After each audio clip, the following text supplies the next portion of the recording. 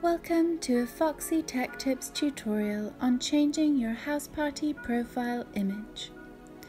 If you find this tutorial helpful, please consider subscribing to my channel and liking the video. This is super easy to do, so let's get started. From within the HouseParty app, you want to tap on the smiley face button at the top left of the screen. Now tap the Settings button. Choose Edit Profile from the options.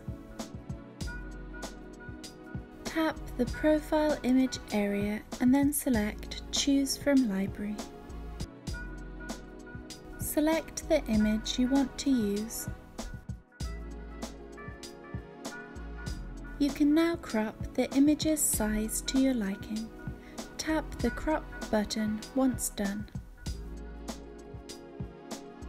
Your HouseParty profile image has now been updated.